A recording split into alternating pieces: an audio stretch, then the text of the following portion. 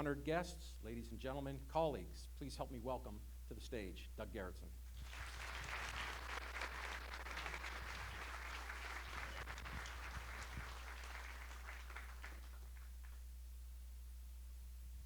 Knock, knock, everybody. Wait, who's somebody still here?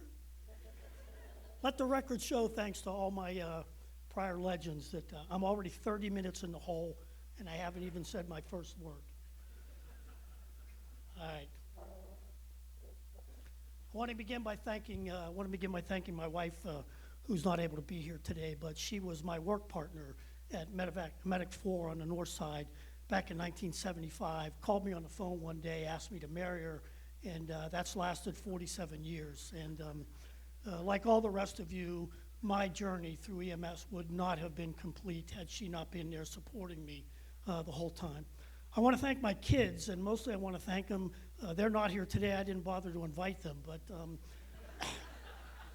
yeah, I will let you know that they survived what I call situational transference. You know, I was on a call today. You be careful. A little boy did this, and he got hurt. Don't you do that. And as my kids have gotten older and gotten a little more brave, they've told me how much they resented that. I really want to thank my parents, who I know I disappointed by not going to medical school. But I will say that my parents were with me all the way and never got in the way of anything I wanted to do. And I want to, of course, thank my friends, my colleagues here who friended me, supported me, taught me, guided me, and don't need this inhaler. As many times you know, they set me straight, and I appreciate that very, very much. I got my start in Churchill at Churchill Volunteer Fire Company in 1971, Wilkins Churchill Rescue 1 ambulance service. I was really inspired by my neighbors, Jerry Carlson, you saw him in memoriam, his wife Betty, his son Steve, they lived across the street from me.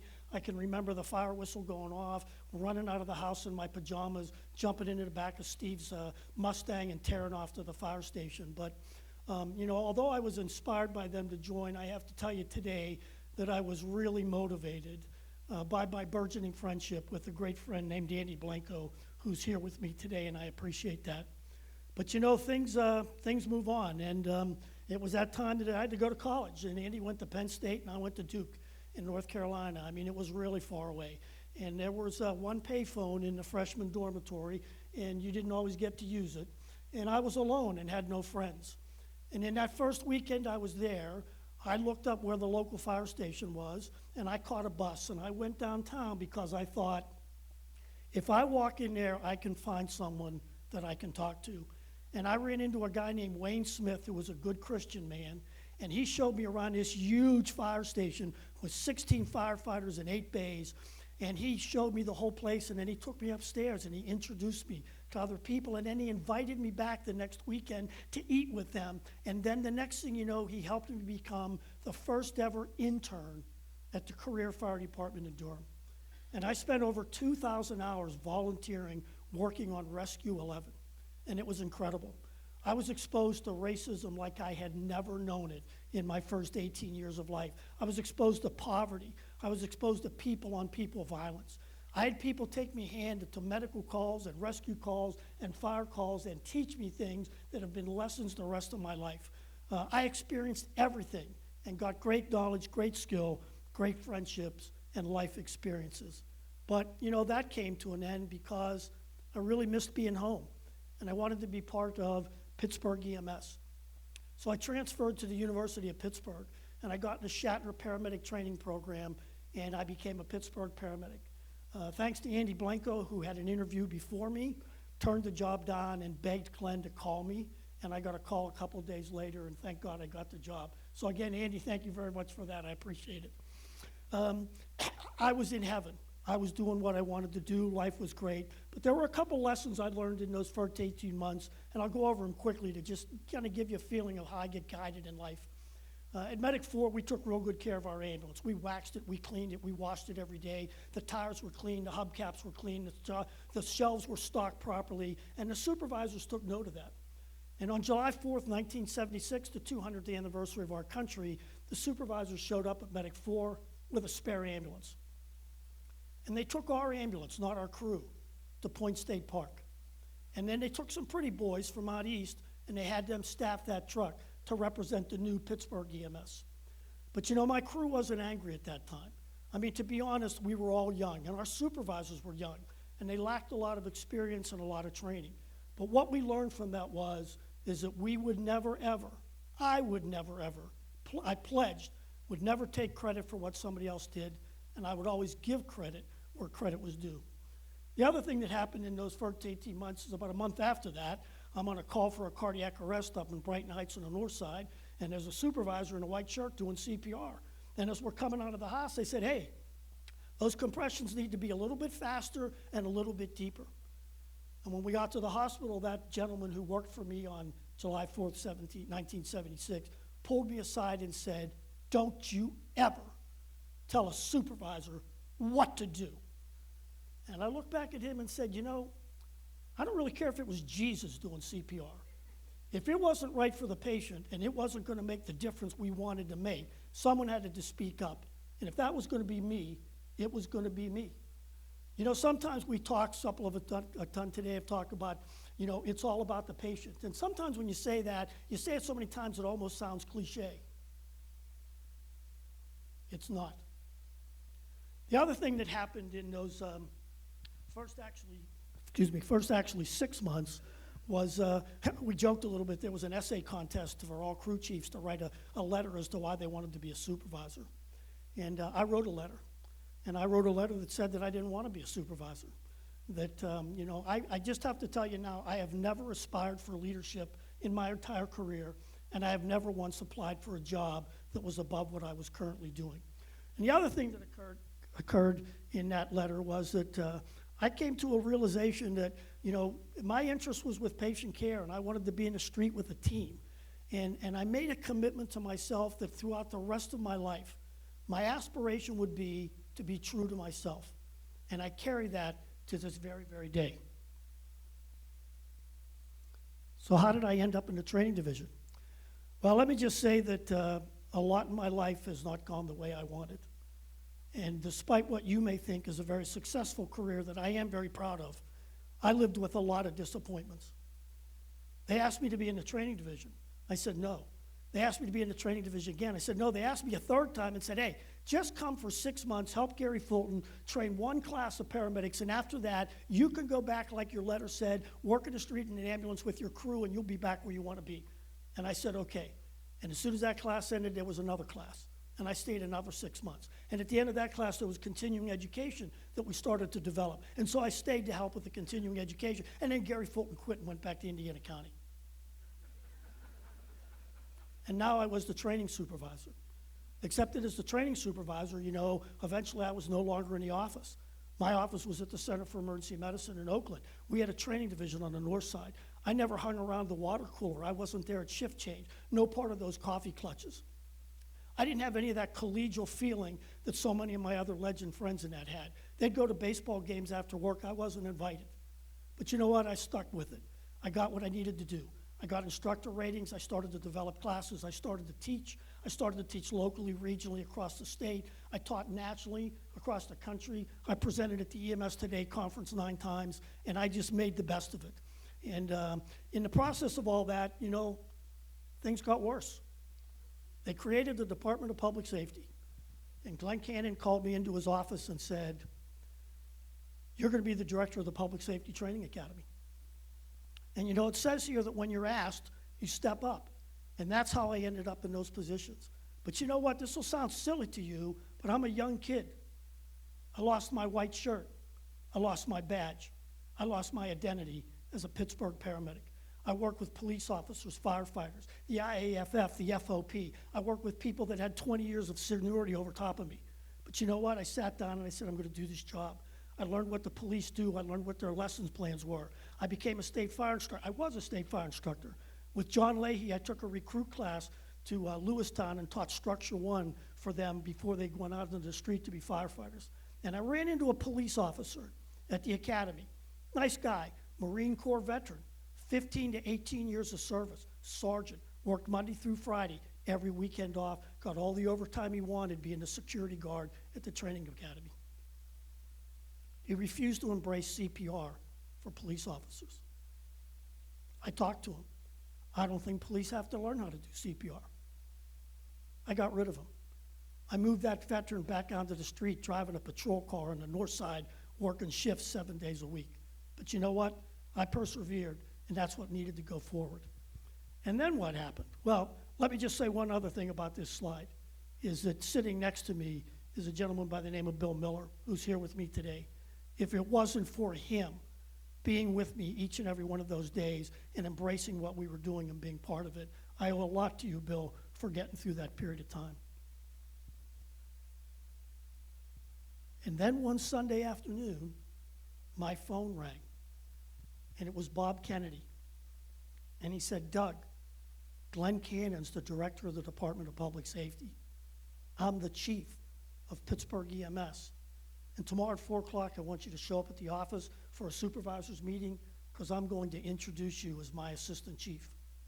And all that time that I was in training, my connection to the office was Bob Kennedy. He was my direct report, and every Friday I went to the office, met with him. We got in his car and drove around for 60 to 90 minutes, and he just listened to me talk. And with all of that, he said, I'm bringing you back. And I was back to where I wanted to be.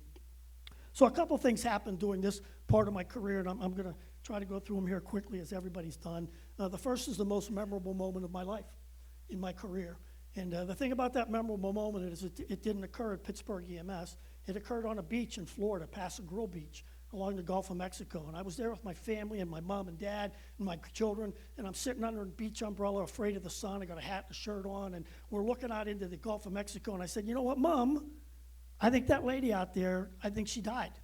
And my mom says, oh, no, I've been watching her. She's just swimming. She's taking a break. And I said, Mom, she's dead.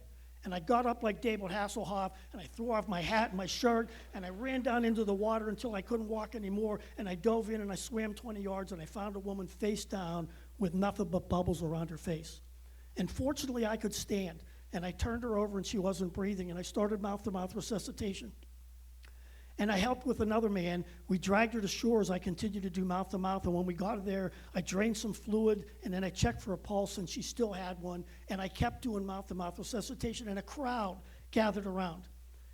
And then, in that crowd were my mom and my parent, and my kids watching me, and a police officer ran to the scene, and as he burst through the crowd, I remember hearing my mother's voice say, "That's my son. He's a paramedic. He knows what he's doing. He's saving this woman's life."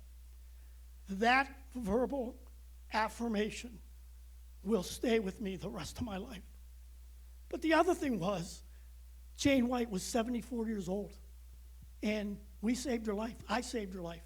And it wasn't until 2 weeks later that I'm coming home from work, and here she had called the house and talked to my wife for 20 to 30 minutes and hung up before I got there. But she called to say thank you, that she was 74, that life meant everything to her, that there was so much to do at age 74 and beyond, and at how much she enjoyed each and every day, and that she had just learned to swim 6 months ago from her son, who was an aquatics instructor, and it was the first time she had ever swam in the Gulf of Mexico salt waters.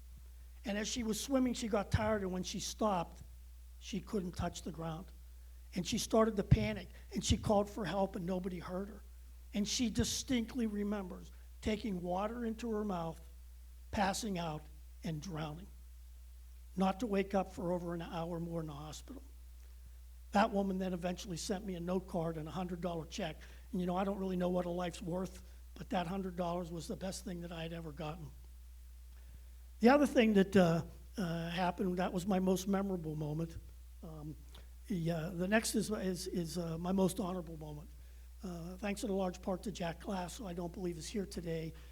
I was invited to speak at the National EMS Memorial Service as an opening remarks one year and a keynote speaker. And I just want to tell you that, you know, although we have great honorable stories of saving people's lives and having them come back in and say thank you, there is nothing like the honor of standing in front of the parents, the spouses, the children of providers who have lost their life in the line of duty, and trying to talk to them about the importance of their loved one and what they did and how they affected humanity and what their reach was and how proud they should be of them and how we will all miss them, but we will forever be grateful for them. It is an honor that nothing will ever surpass it the rest of my life. And then the last thing is my most regrettable moment, the last thing of this section. My most regrettable moment was the demise of the EMTs. I was new as chief. Bob Kennedy was deputy mayor. And, the word came down, we had to cut the budget, and they told me, this is what you will cut, 30 EMTs and all the EMT trucks. And I knew it was wrong. I knew that if we just kept like 6 EMTs in one truck and ran it like maybe one shift 5 days a week, that we would keep a route that we could build on in another year or two and build that program back. But at that time, I thought loyalty was doing what you were told to do from the people you were loyal to above, and I shut my mouth. And that program died and didn't come back for over a decade. And I made a commitment to myself that in the future, I would always speak my mind. I knew what loyalty was up above, but it was also loyal to tell people what you thought, and it was also loyal to the people that were below you to stick up for them. And that lesson in loyalty saved me more times than you can imagine in the last 16 years of my career. So why did I leave Pittsburgh EMS, where I loved and wanted to be, and I was the chief? Well, it was because of politics. I wasn't political, and there was going to be a new mayor, and his name was Bob O'Connor. And I'd never been on the cookie cruise, and Bob O'Connor didn't know my name. And I thought Bob O'Connor was an old-school politician that was going to come in and remove every director head, every chief, and put in his own team. And I was afraid at 50 years of age that I'd have nowhere to go, having reached this pinnacle at Pittsburgh EMS that I never even aspired for. I just want to work there, but I got asked and moved up. And at the same time, Dr. Paul Paris came to me and said, there's this new position at a program called Stat Medevac, and it'd be perfect for you. You love aviation, it has aviation. You love pre-hospital care, it has pre-hospital care. And he pushed me toward the job, and the next thing I know, the president of the company called me. And he talked to me, and then he wined and dined me, and then he took me to private places where he would show me slideshows at the Rivers Club about what the program was. And he called me and said, you know what, I want you for the job. I want you to be the guy. And so I left Pittsburgh EMS, and I took the job. And it was interesting that then I got there, and it was my very first day. No one was at the office. The administrative assistant was there. And she walked me back to what was now my office, a 10-foot by 9-foot room with no windows, with everything clean, the shelves and so on, except in the center of the desk was a battery-operated vacuum cleaner. And I said, pray tell, Fran, what is this? And she said, Jim asked me to buy this and give it to you as a gift from him. He understands you're here to dig up the dirt on him. And as she left my office, I plopped into my chair and said, I've been duped. This man didn't care about me, my knowledge, skill, or anything else. He knew that the board of directors said that he had to hire a mentor, a person that he could mentor to help run the company, and he didn't want anybody to help him. And he knew that Paul Paris liked me, and he was on the board, and George Huber, the president of the board, liked me too, and if he hired me, those guys would shut up and leave him alone, and that was my job. So you know what? I dug in. I went to every meeting he ever went to. I read every book on his bookshelf. I read every file that wasn't in his personal desk. I met every employee in the company. I learned and asked questions about every different component of aviation and maintenance and so on. I took flight orientation for flight paramedic 2 times, and on the weekends I used to fly on the helicopter sometimes to get an opportunity to learn what that was all about. And without digging up a single speck of dirt, in 2 years when he self-destructed and unceremoniously resigned, when the chairman of the board called me into his office and said, hey, Doug, can you run this company? I said, yes. I want to give a shout out to Don Goodman, who's here with me today. Don's now the Vice President and Chief Financial Officer of the Center for Emergency Medicine that runs the Stat Medevac program. A lot of people don't understand the work he does to make that program the success it is, but I do. But aside from saving that program, Don Goodman became my right-hand man, and I cannot thank him enough for all the support and knowledge and help that he gave me in all those years that I operated. So a couple things real quick about leadership. I don't know that I ever prescribed to a specific leadership style. I read books, I took classes, but I don't know that I ever said, well, I want to be this kind of leader. I always lived by these values: integrity, which I don't need to talk to any of you about, and respect, the second one. And with respect, I mean, like, to be honest, when I first started, I didn't necessarily respect everyone I worked with. They didn't all shine their shoes the same way. They didn't all have their shirts pressed the way I did. They didn't all have the same attitude that I had. And I sometimes kind of like didn't respect them that they were paramedics like I was. But it took a while, and people that I've mentioned before who shook me and put me beside and set me straight helped me recognize that, people that dress different and don't shine their shoes, and sometimes their shirt hangs out and they laugh at the wrong time and maybe they don't study as hard, are sometimes a lot better paramedic than you are. And they're smarter and kinder and more compassionate and better under pressure. And that respect helped me a lot moving forward. And then the thing called don't micromanage, is that, I have the ability to know that I can come up with an idea and I can lead if necessary, but, for the most part, I like to help other people get to where they needed to be and to give them the tools and the support and the inspiration to do that.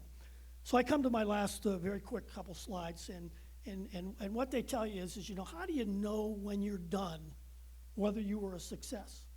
And the answer to that for me is, it's not your title, chief of Pittsburgh EMS or president and CEO of the Center for Emergency Medicine. It really comes down to people. It wasn't until after I retired that my wife told the story of, coming to the North Side and being on my crew and going home. And, she was a community college graduate with very little experience, and I was a guy that had been in Durham, North Carolina, and in the East Hill suburbs. And she went home and told her mom, she said, I don't know about this guy that I work with. I don't necessarily like the way he talks to me and tells me to do things. But when I watch him, the confidence that he exudes, the compassion that he gives, the way he walks into a room and takes command and sits next to a patient and holds their hand and talks to them, I only know one thing, Mom. In this career as a paramedic, I want to be like him. Facebook Messenger 2024, just recently, a colleague of mine retired. And in that retirement, we had kind of some back and forth conversation real quick. And I received an unsolicited message that said, "You set a standard of excellence for our class from day one. I believe that goal inspired me to keep reaching during my career. None of us fully achieve it, but the desire to constantly strive for it was inspired by you." And I thought to myself, that's integrity. That if you have integrity, people will follow you. And then, I received an email in 2023. I had stopped out at the office for a minute and talked to a couple people. And 2 days later, I received an email that said, "One of the things I miss most about your unique mentorship, specifically you had a novel way of instilling a change in perspective without being noticed. I remembered many times I left your office feeling like nothing was different. And then a few days later, I would realize I was on the wrong course because of the way you asked a question." And I thought to myself, don't micromanage. Give people the tools and set them in the right direction. And then I had a 360 evaluation. And after I had announced my retirement and everybody knew I was gone, so they didn't need to patronize me in anything they wrote, I received this. And some people that filled out their 360 evaluation, they didn't write anything because, I was leaving and it was a waste of time. But I got this one. And it finished by saying, "I greatly appreciate his willingness to allow me to speak my mind and to listen when I do so undiplomatically." And I thought to myself, respect for others. I respected that even when he spoke to me undiplomatically. And then this last one. I received a letter at my home by the U.S. Postal Service in 2004. "You have always shown a personal interest and concern for all those who had the privilege to serve at your command. I will never forget the times you dropped everything to see that I received treatment for addiction. This not only salvaged my career, but no doubt saved my life. You continued to show a personal interest towards me as well as everyone in our organization. My gratitude to you knows no bounds. I will carry the life lessons you have come to represent: compassion, respect for humanity, life and dignity, devotion to duty, personal honesty, integrity." And I remembered loyalty in all directions, even to those who are below you. And that to me is, I don't have hundreds of those letters. I have 6 of them. I shared 4. They sit in a box that my wife keeps in a closet that when I die, my kids will open it up and read it and say, "Holy shit, Dad wasn't a bad guy after all." Lastly, I didn't always have a work-life balance when I was there, and my kids suffered for it until my oldest were 9 and 11, And then I realized that work-life balance was important. And because of that, I not only saved their lives, I saved my family's lives. But in retirement, I got my own life. And I'm very happy to be retired. And if you want to, my profile is open. You can follow me on social media and see what my exploits are and so on. I leave you with this. I am humbled, honored, and quite frankly embarrassed to sit in front of you today. When I watch the names and the pictures of those who have passed before us, I can honestly say, I'm not sure today, had they been here, I would have made the cut. My career has been an honor and a privilege. To all of you that are here today, I greatly appreciate the gift of your presence, and I appreciate the gift of your precious time. Thank you.